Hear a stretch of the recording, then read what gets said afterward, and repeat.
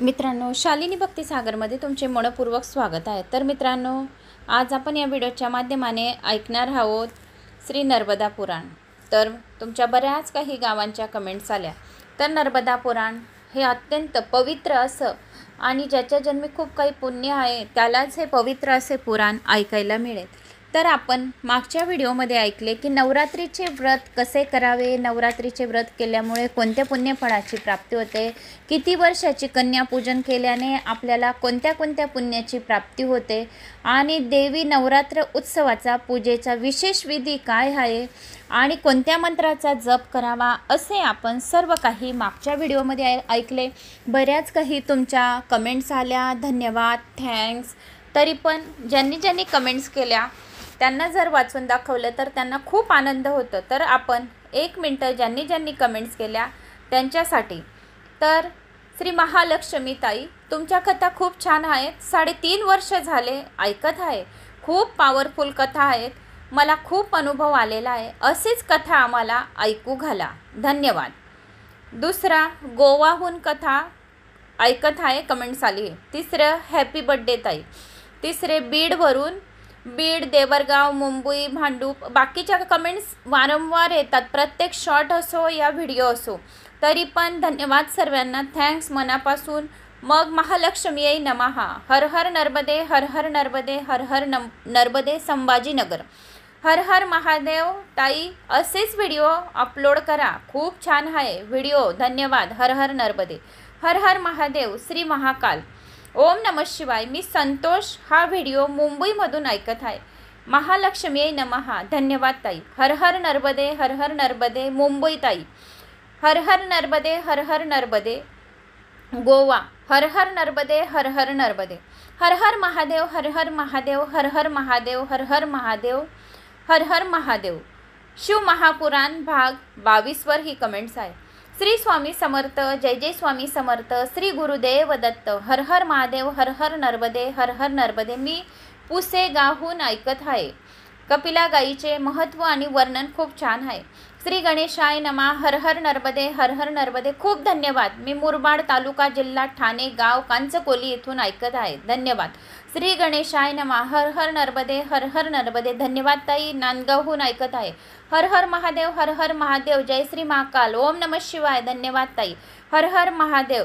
अशीच पोस्ट करा आणि कृपा ताई तुमची अशीच राहू द्या, वाडवानी गाव, हर हर नर्मदे।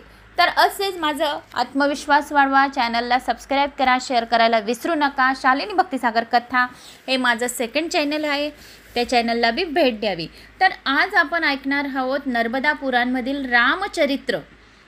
तर रामचरित्र, आज एकादशी असल्यामुळे रामाचे नामस्मरण घेणे हे आपले अवभाग्य आले। नर्मदा पुराणमध्ये अध्याय पलटत रामाचं चरित्र बरोबर एकादशीच्या दिवशी आलं, हे आपलं अहोभाग्य की आपल्याला राम नावाचे कानांना श्रवण, गोड असं नामस्मरण, राम, जिभेवर राम नाम घेतल्याने खूप सुकून वाटतं आणि आत्म्याला खूप पवित्र वाटतं, डोळ्यात अश्रू येतात, राम नाम बोलल्याने असं डोळ्यांमध्ये थंड पाणी येतं आणि आपल्या आत्म्यामध्ये, हृदयामध्ये खूप छान वाटतं। राम नाम हे श्रवण पठन केल्याने सर्व पापांचा नाश होतो। तर रामाने सीताहरण कशामुळे झालेली होती आणि कशी नवरात्री व्रत कशी केली त्याबद्दल आज आपण या व्हिडिओच्या माध्यमाने ऐकणार आहोत। हर हर नर्मदे, हर हर नर्मदे, हर हर नर्मदे, श्री गणेशाय नमो नमः। श्री रामचरित्र नर्मदा पुराण, शिव नर्मदा पुराण आहे हे, शिव महानर्मदा पुराण। जन्मजयाने कुतूहलाने विचारले, रामाने देवीचे व्रत कशा प्रकारे केले आणि तो राज्यभ्रष्ट होण्याला कारण काय घडले, आता सीताहरण कशामुळे झाली होती। मग व्यास सांगू लागले, अयोध्येमध्ये पूर्वी दशरथ नावाचा राजा राज्य करीत होता, तो सूर्यवंशी असून देव ब्राह्मणांना मान ठेवीत असे। त्याला 4 पुत्र झाली, त्यांची नावे राम, लक्ष्मण, भरत आणि शत्रुघ्न अशी होती। ते रूप आणि गुणांनी पित्याप्रमाणे होते। कौसल्याचे पुत्र राम, कैकईचा भरत, सुमित्राचे दोघे लक्ष्मण आणि शत्रुघ्न असे 4 पुत्र होते। लहानपणीच ते दोघंही धनुर्विद्येत निपुण होते, त्यांच्यावर राजाने सर्व संस्कार केले होते। एकदा विश्वामित्र ऋषी आले, त्यांनी यज्ञ रक्षणासाठी रामाची मागणी केली। तेव्हा ते 16 वर्षाचे होते. दशरथाने रामाबरोबर त्यांचा भाऊ लक्ष्मण याला सुद्धा पाठवले. ते देखणे राजपुत्र विश्वामित्रसह चालले असताना वाटेमध्ये त्यांना भयंकर अशी ताडका राक्षसीनाचा वध केला. ताडका राक्षसीनाचा रामाने वध केला. रामाने एकाच बाणाने तिला मारले. नंतर पुढे आश्रमात गेल्यावर सुबाहू दैत्य मारला आणि मारीचीला तर बाणाच्या स्पर्शानेच दूर फेकून दिला. अशा प्रकारे यज्ञाचे रक्षण करण्याचे महाकर्तृत्व करून मग ते दोघंही विश्वामित्रसह मिथिलेकडे निघाले. मार्गात त्यांनी शापित अहिल्याचे सुद्धा शापमुक्त केले. अहिल्याचे वर्णन श्री गणेश पुराणमध्ये आलेले होते. तर किंब मुनीच्या आश्रमामध्ये तुम्हाला मी खूप काही हे अहिल्याचे वर्णन सांगितले होते. तर अहिल्याला इंद्राने कपट करून अहिल्याबरोबर संबंध केला होता आणि त्यांनी ऋषी मुनींचं वेश धारण करून ऋषी अंघोळीला गेलेले होते. इंद्राने अहिल्याजवळ की संबंध ठेवण्यासाठी त्यांनी ऋषींचं रूप घेतलं आणि सांगितलं की शय्येवर चला. त्यावेळेस ती अहिल्या म्हणाली की नाथ, ही अशी भलतीच वेळ का आहे? तर ही तुमची जप तप हवन करण्याची वेळ असून तुम्ही असं अभद्र का बोलत आहे? तर त्यावेळेस त्यांचे पती ऋषी म्हणाले की अगं, मी ना स्नान करण्यासाठी नदीमध्ये गेलो होतो. तर तिथं काही महिला नग्न अवस्थेमध्ये स्नान करत होते. तर माझी कामवासना जागृत झाली.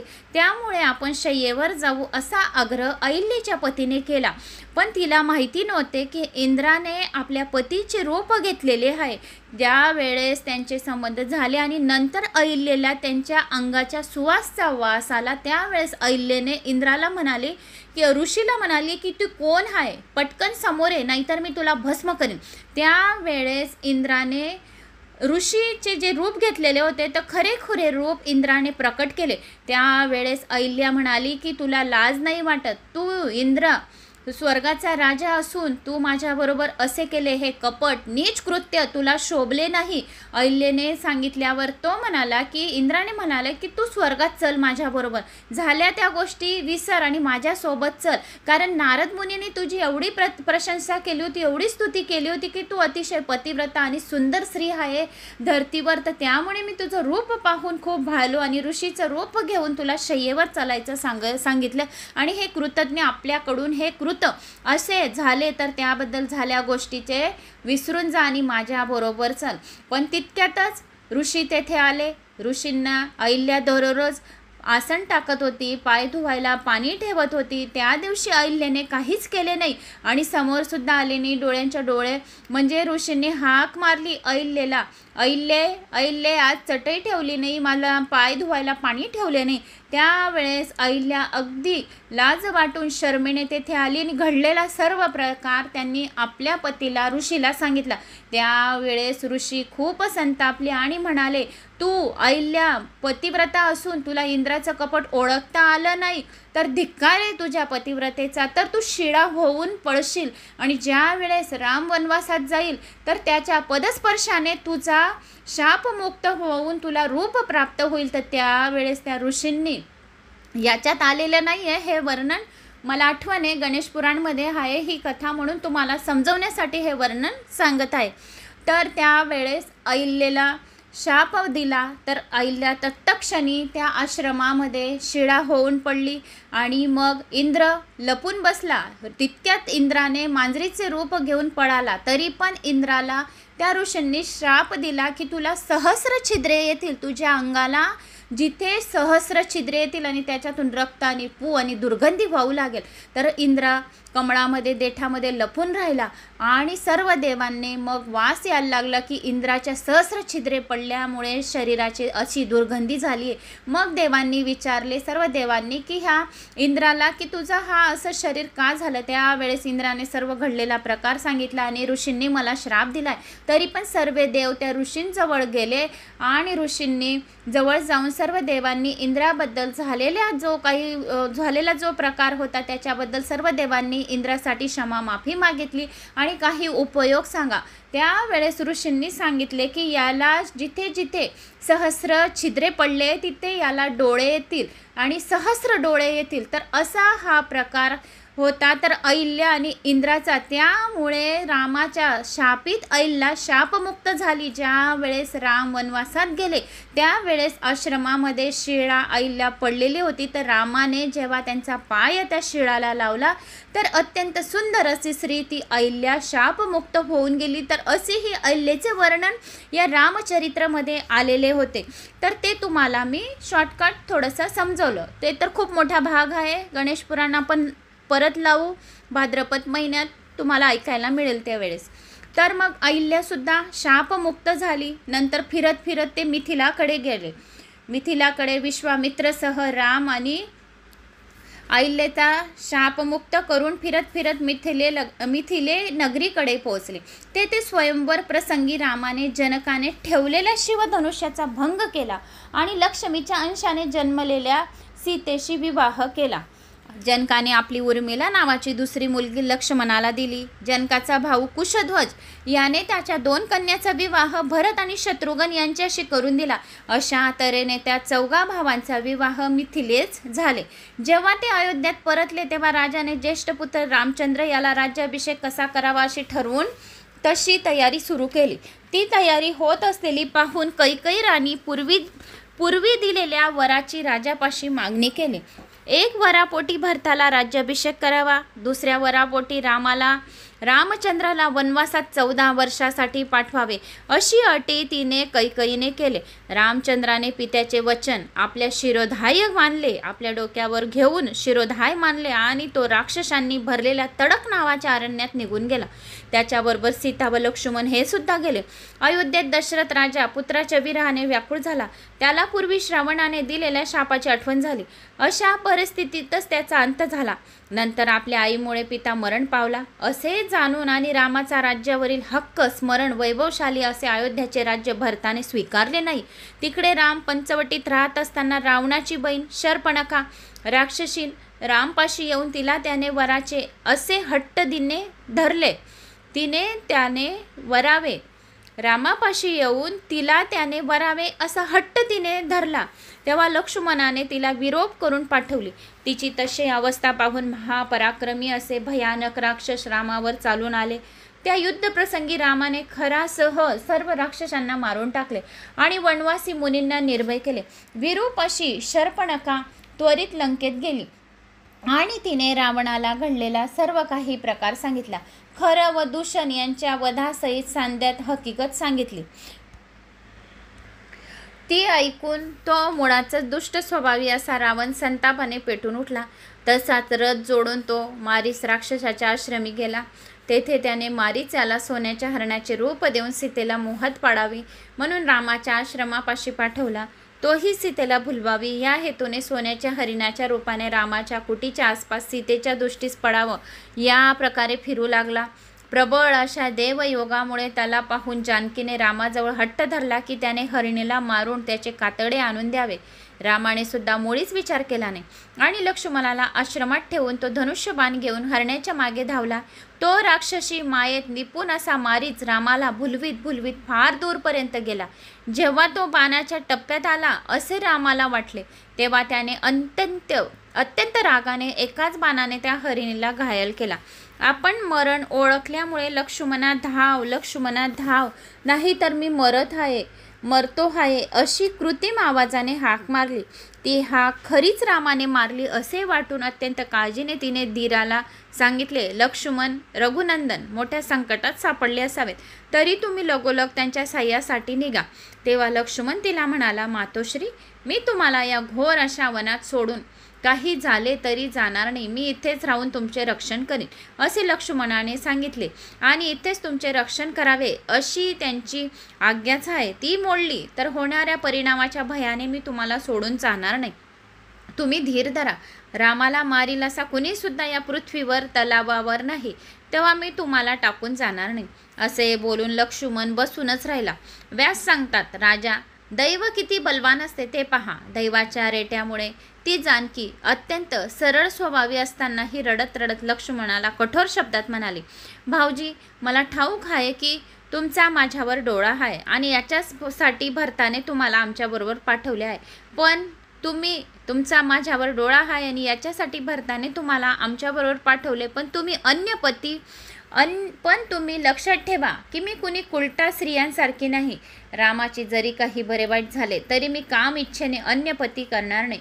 तसाच प्रसंग उभा राहिला. मी तर जीव देईन पण विधवेचे जीवन जगणार नाही. तुम्ही जा अगर राहा, पण मी तुमचा हेतू जाणला आहे, असे सीतेने लक्ष्मणाला म्हणाले.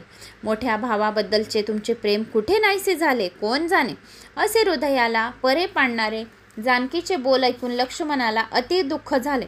तो म्हणाला, अगे भूमिकन्ये, असा कठोर शब्द का तुझ्या तोंडून असे आज झाले? यावर मला तर कोणत्या तरी भीषण संकटाची चाहूल वाटत आहे. एवढे सांगून तो उठला आणि तडक बाहेर निघून गेला. लक्ष्मण गेल्याबरोबर लगेच कपटी रावणाने तेथे भिक्षुकाच्या रूपात प्रवेश केला. सीतेने त्याला भिक्षुक समजून ती अर्घ्य व भिक्षा घेऊन आली. तेव्हा तो दुष्ट नम्रतापूर्वक तिला विचारता आला, अगं कमललोचनी, तू अशी एकाएकी यवनात राहणारी आहेस तरी कोण? तुझे वडील, भाऊ, पती कोण आहेत? हे सुंदरी, तू इथे असे गोंधळलेल्या अवस्थेत का उभी आहेस? तुला तर राहावायला एखादा महालच योग्य असताना मुनिपत्नीसारखी या भयान अशावर अरण्यामध्ये झोपडीमध्ये का राहतेस? तुझे रूप सौंदर्य तर कुणीतरी देवकन्येला लाजविल असे आहे. तेव्हा त्या मंदोदरीच्या पतीला खरोखरच याचक समजून ती सांगू लागली की अयोध्याचे जे महाराज दशरथ आहे त्यांच्या 4 पुत्रांपैकी सर्वात थोरले श्री रामचंद्र माझे पती आहेत. कैकईने हट्टाने मागितलेल्या वरामुळे माझे पती वनवास स्वीकारून लक्ष्मणासमवेत 14 वर्षासाठी आलेली आहे. मी सीता नावाची जनकाची मुलगी आहे. शिवधनुष्याचा भंग केल्यामुळे माझा विवाह त्यांच्याशी झाला. त्याच्या बाहुबळाच्या आधारावर मी निर्भयपणे या अरण्यात राहत आहे. यावेळी ते एका सोन्याच्या हरणाच्या शिकारीसाठी गेले आहेत. माझा धीर लक्ष्मण सुद्धा आताच त्यांच्या मागे गेला. त्याच्या बाहुबळावर विश्वंभून मी असते असा माझा सर्व वृत्तांत तुम्हाला सांगितला. तर आता माझे पती भावासह आले की तुमचा सत्कार करतील. संन्यासी विष्णू स्वरूप असतो असे मानले जाते, म्हणून मी तुमची पूजा केली. पण या राक्षसांनी भरलेल्या निबिड अशा अरण्यात तुम्ही संन्यासी रूपात भिक्षा मागत का फिरत आहे? तुम्ही मला सत्य सांगा. यावर तो रावण उतरला, अगं हंसनयनी, मी मंदोदरीचा पती व लंकेचा अधिपती आहे. हे असे रूप तुझ्यासाठी मी घेऊन आलो आहे. हे रूप सुंदरी बहिणीने सुचवल्यामुळे मी इथे आलो आहे. तिच्याकडून कळले की खरं व दूषण व जनस्थान मारले गेले आहे. तर तू आता मानवी पतीला सोडून दे आणि मला पती मान, मला पती स्वीकार कर. तुझा पती तो राज्यविहीन म्हणून निर्बल झाल्यामुळे वनवासात राहत आहे. तू मला मंदोदरीपेक्षा सुद्धा प्रिय अशी पटराणी होऊन राहा. ते तन्मंगी मी तुझा दास आहे आणि तू माझी स्वामिनी होऊन राहा. मी त्रिभुवनातील एकूण एक लोकपालांना जिंकणारा. यावेळी तुझा पाया पडतो की जानकी, माझा हात हाती घे, मला सनात कर. यापूर्वी तुझ्यासाठी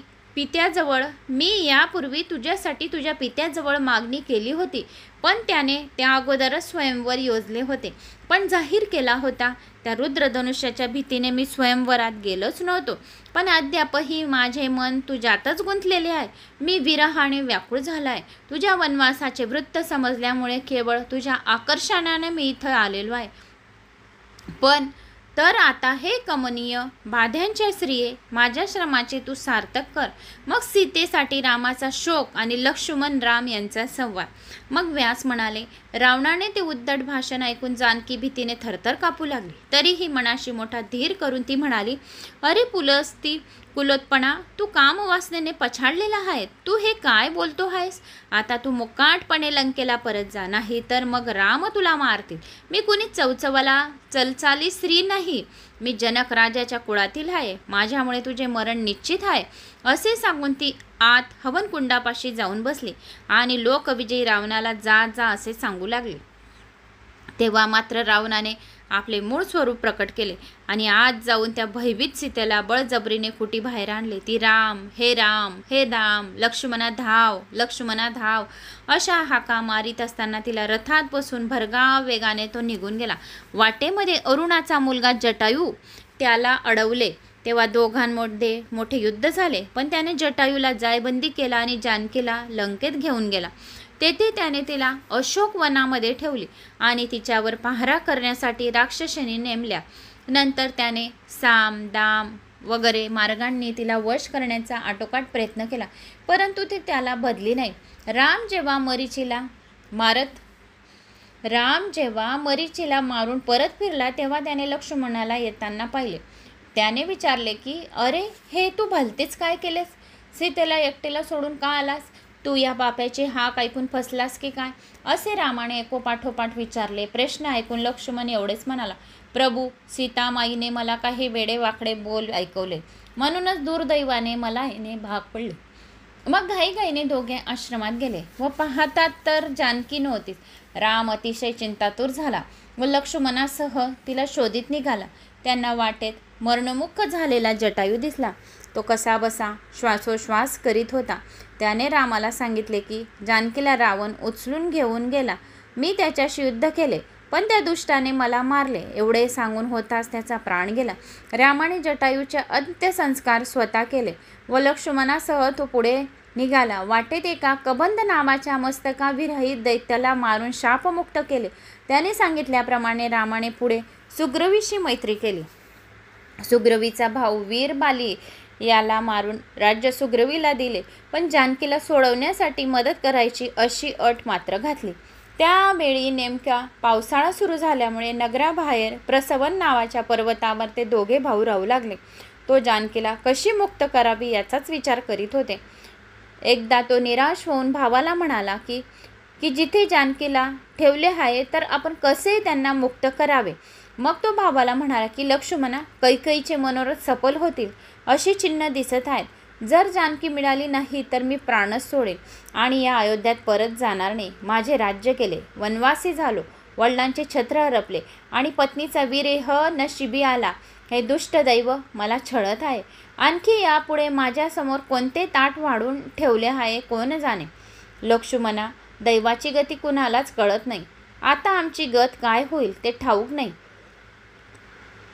अरे, आपल्याला सुदैवाने मनुच्या वंशात जन्म मिळाला खरा, पण पूर्वजित कर्मयोगामुळे वनवासाचे दुःख कपाळी आले. बरे, तू सुद्धा सर्व राज्य सुख टाकून माझ्या मागोमाग दुर्दैवाने आलास, तर आता तू ही दुःख भोग. आपल्या साऱ्या कुळात माझ्यासारखा दुःखी कुणीच निपजेल नसेल. माझ्याप्रमाणे दारिद्र्य हतबल सुद्धा कोणी नसेल, वा होणार देखील नाही. अरे, या अशा असहाय्य परिस्थितीमध्ये मी काय करू? धनसंपदा नाही, सेनाबल नाही, तुझ्याशिवाय कुणी साथी नाही. मी राग तरी कोणावर करणार, असे रामाने लक्ष्मणाला सांगितले. इंद्रासारखे वैवन्य संपन्न राज्य एका क्षणात हातून निसटून गेले आणि वनवासी झालो. खरोखर विधात्याचा हेतू कोण जाणेल. तारुण्य सुलभ स्वभावामुळे सीता आमच्याबरोबर आली तर तिच्या नशिबात क्रूर दैवाने केवढे भयंकर दुःख उत्पन्न करून ठेवले. त्या पतिव्रतेचे दिवस रावणाच्या कैदेत कसे जात असेल. मी माझ्यावर एवढे एकनिष्ठपणे प्रेम करते की रावणाच्या कुठल्याही भूल थापांना ती बळी पडणार नाही. ती स्वराचीही नाही आणि जिवंत राहणार नाही हे निश्चित आहे. मग तिच्या विना जगण्यात तरी काही अर्थ आहे का? असे बोलून राम हताश होऊन बसत राहिला. त्याची ती अवस्था पाहून लक्ष्मण त्याला धीर देत म्हणाली, हे अजानो भाऊ, असा घाबरू नको, धीर सोडू नको. मी एकटाच त्या नीच राक्षसाला मारून टाकेल, सीताला घेऊन येईल. काळ अनुकूल प्रतिकूल कसाही येवो, जे धैर्य सोडित नाही ते खरे धैर्यधर आहेत. अस्थिर बुद्धीचे लोक वैभवापाठोपाठ काही लोक संकटे आले की डळमळतात. संयोग वियोग दैवदिन आहे. जर हा देह सुद्धा आपल्या स्वाधीन नाही तर सुख आणि दुःख कशाचे करायचे. जसा राज्यत्याग, वनवास, सीतेचा विरह झाला तसाच योग्य समयी संयोग सुद्धा घडेल. हे सीताकांत, आलेला प्रसंग भोगल्याशिवाय सुटका नसते, म्हणून दुःखी होऊ नको. सैन्यामध्ये मोठे मोठे वानर आहेत, ते चारी दिशांना जाऊन जानकीचा शोध लावू. मग मार्गातील परिस्थितीचा विचार करून आणि तेथे जाऊन पराक्रम करून त्या पाप्याचा वध करून जानकीला घेऊन येऊ. किंवा आणखी एक त्या पाप्याचा वध करून जानकीला घेऊन येऊन आणखी एक मार्ग आहे. तो असा की आपण भरत व शत्रुघ्न यांना सैन्यासह बोलवून घेऊन येऊ, शत्रूचा निपात करू. असा शोक करण्याचे काहीच कारण नाही. एकच रथ असताना रघुने सर्व दिशांना विजय मिळवला होता. मग त्याच्याच वंशातील तू का दुःखी होतोस? मी एकटा सुद्धा सर्व देव व दैत्य यांना जिंकण्यासाठी पुरे आहे. मग तू जोडीला असताना रावणाचे परिपत्य करणे ही मोठी कठीण गोष्ट आहे काय? हे रघुनंदन, याशिवाय आपण जनक महाराजांना मदतीसाठी बोलवून घेऊया आणि या दुराचारी देवशत्रू रावणाला मारू. सुखामागून दुःख आणि दुःखामागून सुख ठेवलेच आहे. चाकाच्या आऱ्याप्रमाणे ही एकानंतर एक अशी क्रमाने फिरत आहे. जो अस्थिर मनाचा असतो तो या सुखदुःखाच्या प्रसंगी डगमगून जातो आणि सुखी होत नाही. प्रभू, एक वेळ अशी आली होती की इंद्र पदच्युत झाल्यामुळे व नहुषाची इंद्रपदी स्थापना सर्व देवतांनी केल्यामुळे दुःखी झाला होता. मग तो अज्ञातवास पत्करून कमळाच्या देठामध्ये कितीतरी वर्ष लपून राहिला होता. इंद्राणीचा भोग घेण्याची इच्छा केली आणि ब्राह्मणाचा अपमान केला, पण अगस्त्य मुनीच्या शापामुळे नहुष अजगर होऊन पडला. तेव्हा हे राम, तू तर सर्वज्ञ आहे. दुःख प्रसंगी असा शोक करीत नशिबाला दोष देऊन बसू नको. उलट अशा प्रसंगी बुद्धिमान पुरुषाने मनपूर्वक प्रयत्नाची काम धरून मन घट्ट केले पाहिजे. अरे भाग्यवंता, तू सर्व जाणणारा आहे, सामर्थ्यवान असून असा कुणा एखाद्या अज्ञानी सामान्य माणसाप्रमाणे दुःखी का होतोस? रामचंद्राचा शोक दूर झाला आणि तो उत्साहित झाला. मग व्यास पुढे म्हणाले की नारदाशी रामाची भेट कशी झाली, रामाला नवरात्री व्रत करण्याचा उपदेश आणि रामाकडून रावणाचा वध कसा झाला. मग व्यास पुढे म्हणाले, अशा प्रकारे ते दोघी भाऊ वार्तालाप करीत होते. तेवढ्यात आकाशमार्गाने तेथे नारद मुनी प्रकट झाले. त्याच्या हातात वीणा होती. मुखाने बहुत रतंगर सामगायन चालू होते. नारायण नारायण नारायण नारायण. नारद मुनीचे सामगायन याने नारायण नारायण चालू होते. त्यांना पाहून रघुनाथ उठून उभा राहिला आणि हात जोडून त्यांचे स्वागत केले. आसन, अर्घ्य, पाय धुवायला पाणी दिले. येता सांग पूजा केली. मग नारदांनी अनुज्ञा दिल्यावर त्याच्यासमोर मर्यादा राखून बसला. नारदांनी त्याचा चिंताग्रस्त चेहरा पाहून बोलावयास प्रारंभ केला. ते म्हणाले, रामा, तू एखाद्या सामान्य माणसासारखा दुःखी का होत आहे? जानकीला त्या पापी रावणापासून पळवली. त्या पापी रावणाने सीतेला पळवली ही गोष्ट मला ठाऊक आहे. मी स्वर्गात असे ऐकले की रावणाचा अंत जवळ आल्यामुळे त्याला अशी दुर्बुद्धी सुचली आहे. रामा, तुझा जन्ममुळी रावणवधाच्या उद्देशाने तुझा जन्म झालेला आहे. असे नारदाने रामाला सांगितले की तुझा जो जन्म झाला आहे राम, हा या पृथ्वीवर तर रावणाच्या वधासाठीच झालेला आहे आणि याच कारणामुळे त्याने जानकीला पळवण्याचे कृत्य केले आहे. पूर्वी एका जन्मात हीच सीता एका मुनी कन्या होती. ती त्या वनामध्ये तप करत असलेली अशी रावणाची दृष्टीस पडली. त्यावेळी हे राघव, रावणाने आपल्याशी लग्न करण्यासाठी तिला फार आग्रह केला, परंतु तिने त्याला झटकावले होते. तेव्हा त्याने रागाच्या भरात तिच्या केसांना धरून ओढली. तिने त्यावेळी देहत्याग करावा असा विचार केला आणि रावणाला शाप दिला. अरे दुष्टा पाप्या, मी पुनश्च तुझा नाश करण्यासाठी म्हणून या पृथ्वीवर जन्म घेईन, असे बोलून तिने प्राणत्याग केलेला होता.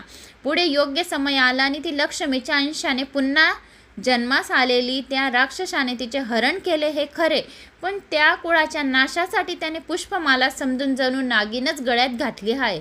रामा, तुझा जन्म राक्षसाचा विनाश व्हावा या हेतूने म्हणून तुझा जन्म झालेला आहे. देवांनी प्रार्थना केल्यामुळे खरा हा जन्म असताना हरीच्या अंशाने तू जन्माला आला आहेस. तू धीर सोडू नकोस. तू धार्मिक पण परस्वाधीन सीता अहोरात्री तुझे चिंतन करीत कठीण तप करीत आहे आणि स्वतः इंद्राने तिला कामधेनूचे दूध पिण्यासाठी पाठवले होते. ते पिऊन ती भूक तहान यावर विजय मिळवून राहिली आहे, हे मी पाहिले आहे. रामा, आता मी तुला त्या दैत्याचा नाश करण्याचा उपाय सांगतो. श्रेष्ठ असा अश्विन महिना आता जवळ आलेला आहे. तेव्हा तू नवरात्री व्रत कर. 9 दिवस उपास करून भगवती आईची पूजा कर. जप हवन केल्यामुळे सर्व यश मिळेल.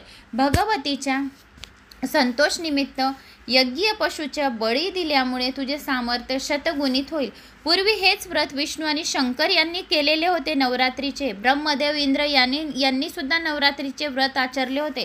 सुखी मनुष्याने, ज्याला सुखी व्हायचे आहे, त्यांना कल्याणप्रद पाहिजे, सर्व इच्छा पूर्ण करण्यासाठी नवरात्रीचे व्रत केले पाहिजे. 9 देवींची पूजा केली पाहिजे, कन्यापूजन केले पाहिजे, हवन यज्ञ केले पाहिजे आणि जर आपल्याला सर्व इच्छा मनोरथ पूर्ण करायचे, सर्व काही मंगलकारक करायचे तर नवरात्रीचे व्रत केले पाहिजे.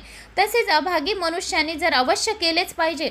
जो दारिद्र्य आहे आणि त्याने नवरात्रीचे व्रत केले तर त्याला धनसंपदा भरपूर प्रमाणात मिळेल. जो कोणी या नर्मदा पुराणमध्ये रामाच्या या नवरात्रीच्या या अध्यायाच्या या कथा जो कोणी अर्धा घंटा, 1 घंटा, पाऊण तास, 2 शब्द, 1 श्लोक ऐकला तरी त्याला 60,000 यज्ञ केल्याच्या पुण्यफळाची प्राप्ती होईल. असे हे रामाच्या करण्याचा नवरात्रीचा उद्देश आणि रामाकडून रावणाच्या वधाची कथा जो नुसतं ऐकेल, श्रवण पठण करेल तरी त्याला 60,000 यज्ञ केल्याच्या पुण्यफळाची प्राप्ती होईल असे नारद मुनीने स्वतः रामाला सांगितलेले आहे. अशी ही पावनमयी कथा, पाप विनाशनकारी कथा, ही अत्यंत पवित्र अशी कथा जो श्रवण पठण करेल त्याच्या दुःख, दारिद्र्याचा, शत्रूचा नाश झाल्याशिवाय राहणार नाही.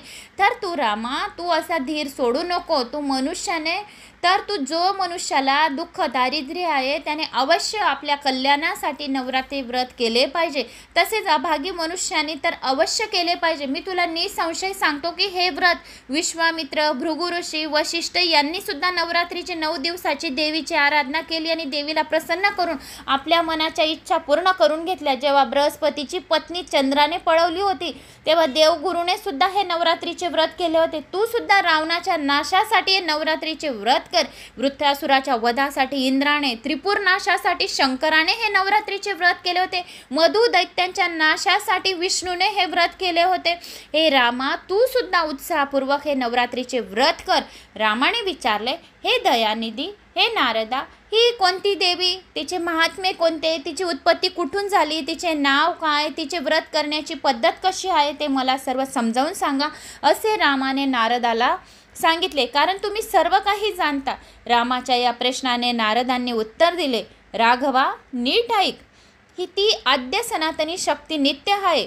ती सूक्ष्म स्वरूपात आपल्या हृदयामध्ये प्रकट राहते. जो कोणी नवरात्रीचे व्रत करतो त्याच्या हृदयामध्ये माता राणी शक्ती देते आणि सूक्ष्म स्वरूपात त्याच्या हृदयात विराजमान होऊन सर्व इच्छा, कामना, दुःख, दारिद्र्य दूर होऊन धनसंपदा देते. मनातल्या ज्या इच्छा आहेत या कुठलीही इच्छा धारण करून तू नवरात्रीचे व्रत करशील तर ती इच्छा तुझी लवकरात लवकर पूर्ण होईल. म्हणून राघवा, नीट ऐक. ती आद्य सनातनी शक्ती नित्य आहे. ती सूक्ष्म रूप स्वरूपाने आपल्या शरीरात प्रवेश करते आणि सर्व कार्य करून घेते. तिची पूजा केल्यावर ती दुःखाचा नाश आणि दारिद्र्याचा नाशच करते. सर्व मनोकामना पूर्ण करते. ब्रह्मदेवा सकट सर्व जीवांची तीच मूळ कारण आहे. तिच्या विना कुणी साधी हालचाल करू शकणार नाही. माझ्या पित्याजवळ असलेली निर्मिती शक्ती तीच आहे. विष्णूची पालन शक्ती तीच आहे. रुद्राची संहार शक्ती ती आहे. जे काही या ब्रह्मांडात आहे ते सर्व काही तिनेच उत्पन्न केले. तिला कोण उत्पन्न करणार? तर तिला कोण उत्पन्न करणार? ती आदिशक्ती जगदंबा सर्व ब्रह्मांडाची शक्ती आहे. म्हणून तू नवरात्रीचे व्रत कर. आरंभी जेव्हा ब्रह्मा, रुद्र, विष्णू, सूर्य, इंद्र, देव एवढेच नव्हे तर पृथ्वी सुद्धा अस्तित्वात नव्हती, पर्वत नव्हते, असे सर्व शून्यमय होते, तेव्हा ती निराकार रूपा शक्ती आदि पुरुष सह विराजमान झाली. नंतर तिने सगुण रूपिणी झाली आणि जगाला तिने उत्पन्न केले. ब्रह्म वगैरे सर्वांना निर्माण करून सर्व प्रकारची शक्ती तीच आहे. तिला जाणले तर प्राणी संसाराच्या बंधनातून सुटतो. तिच्या नामस्मरणातून सर्व पापांचा नाश होतो आणि तिचे त्वरित आपल्या इच्छा पूर्ण होते. ती वेदांच्या आधीपासूनची आणि वेदांच्या जन्मदात्री अशी परमविद्या आहे, हे तू समजून घे. ब्रह्मदेवासहित सर्वांनी गुणकर्मानुसार तिची असंख्य नावे कल्पली आहेत. ती किती म्हणून सांगू? आकारापासून ते श अक्षरापर्यंत सर्व वर्णांमध्ये आरंभ करणारी तिची नावे आहेत. राम म्हणाला, हे देवर्षी नारद, मला तिचा पूजाविधी थोडक्यात सांगावा. नवरात्रीची पूजा कशी करावी ते थोडक्यात सांगावं, म्हणजे मी श्रद्धेने देवीची आराधना करीन. नारद सांगू लागले, आधी एका समतल अशा जागेची जगदंबेची प्रतिष्ठापना करावी आणि विधी अनुसार नवरात्रीचे व्रत करावे. मी स्वतः या कर्मासाठी आश्चर्य होईन. देव कार्य पार पडण्यासाठी मीही आतुर आहे. व्यास म्हणाले, नारदाच्या सांगण्याप्रमाणे रामाने देवी व्रताची तयारी केली. एक सुंदर असे सिंहासन करून त्यावर देवमूर्ती बसवली. व्रताचरणाचा संकल्प केला. जेव्हा अश्विनचा महिना आला तेव्हा पर्वतावर रामाने उपवास केला. हवन बलिदान सह देवी भगवतीची आराधना केली. नारदाचे मार्गदर्शन दोघाही भावांना होते. अशा नवरात्री काळात अष्टमी तिथीला मध्यरात्री ती देवी भगवती तेथे प्रकट झाली रामाजवळ. ती तेव्हा सिंहावर आरूढ झाली होती. पर्वत शिखरावर उभी राहून त्या दोघांना भावांना म्हणाली, अरे दीर्घ भाऊ रामा, तुझ्या व्रताने मी अतिशय प्रसन्न झाले. जी इच्छा तुझ्या मनात असेल तसा वर माझ्याकडून मागून घे. रावणाचा वध व्हावा या इच्छेने देवगणांनी विनवणी केली आणि रामाने सांगितले की रावणाचा वध करावा या इच्छेने मी नवरात्रीचे व्रत केले होते.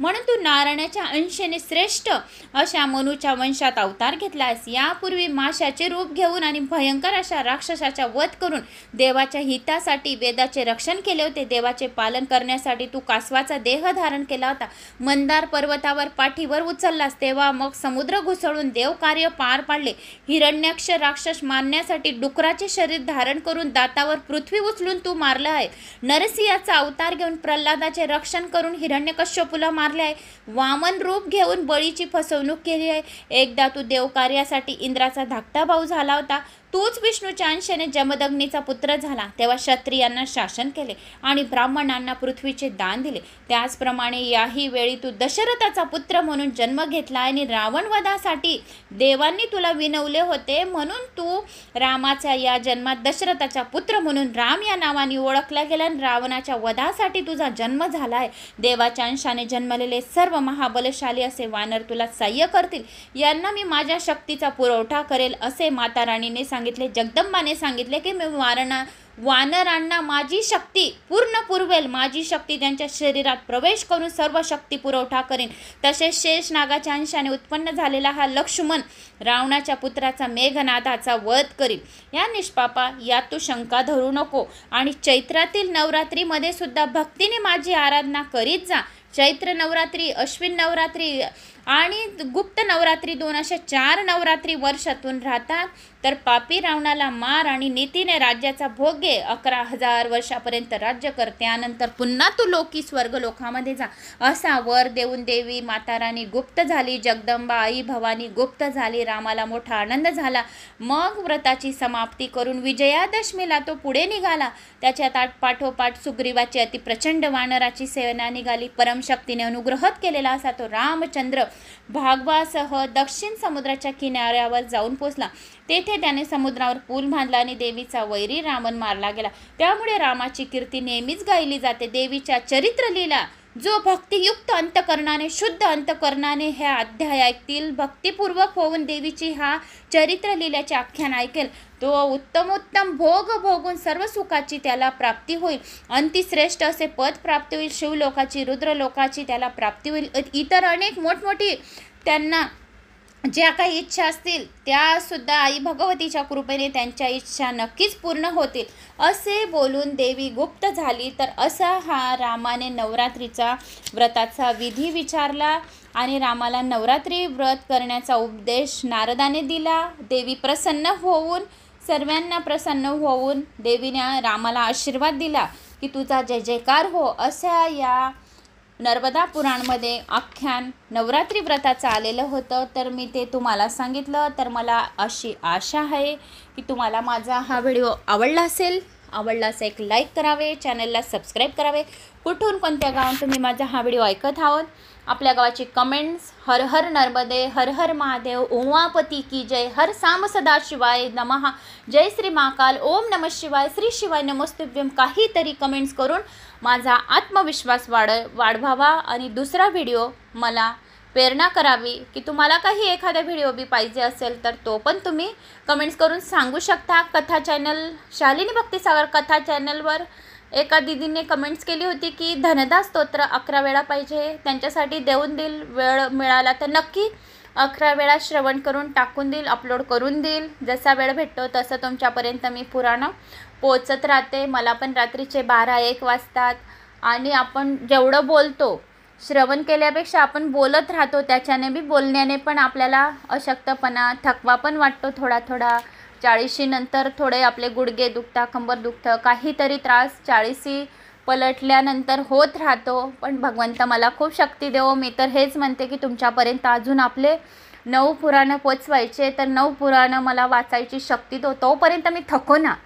हेच मी देवाला प्रार्थना करते की मी 9 पुराणं अजून मला तुमच्यापर्यंत पोचवायचे, तोपर्यंत मी थको ना आणि चांगली मला शक्ती देव, चांगलं पॉवरफुल देव की मी तुमच्यापर्यंत ते पुराणं पोचून देव. हीच मला देवीला प्रार्थना आहे की मला शक्ती दे माता राणी की मी खूप वाचन करू, तुमच्यापर्यंत पोचू. मला असं वाटतं हे पुराण खूप मोठं आहे, तर कसं वाचलं जाईल असं मला वाटत होतं, पण बरेच काही वाचलं गेलं. देवी शक्तीच देईल मला तुमच्यापर्यंत पोचवण्याची. तुम्ही पण प्रार्थना करा की शक्ती देव तुमच्यापर्यंत चांगले चांगले व्हिडिओ पुराणं पोचत राहू. पुढे जन्मजय व्यासांनी काय प्रश्न केलेला आहे इथे तर रामाचा आपल्याला उल्लेख आलेला आहे की नवरात्री व्रत कशी केली. तर पुढच्या कथेमध्ये काय आहे, मी बी फर्स्ट टाईम नर्मदा पुराण वाचत आहे तर आयडिया नाही. पण गणेश पुराण कसं 10-12 वेळा माझं वाचलं गेलं आहे, त्यामुळे मला तोंडीपाठ झालेलं आहे. काही पुराणं तोंडीपाठ झाली आहे कारण की वारंवार वाचण्यात आलेले आहेत. हे फर्स्ट टाईम आहे म्हणून माहीत नाही, पण चांगलंच आहे. मला पण इंटरेस्ट वाटत आहे वाचायला आणि तुम्हाला पण ऐकायला इंटरेस्ट वाटत असेल तुमच्या कमेंट्सवरून. तर माझा आत्मविश्वास वाढवण्यासाठी प्रतिसाद करावा, लाईक शेअर सबस्क्राईब नक्की करावे. जय श्री महाकाल. हर हर नर्मदे, हर हर नर्मदे, हर हर नर्मदे.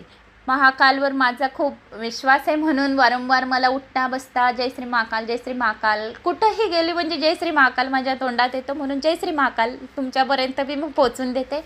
म्हणून जय Shri Mahakal. Like share subscribe.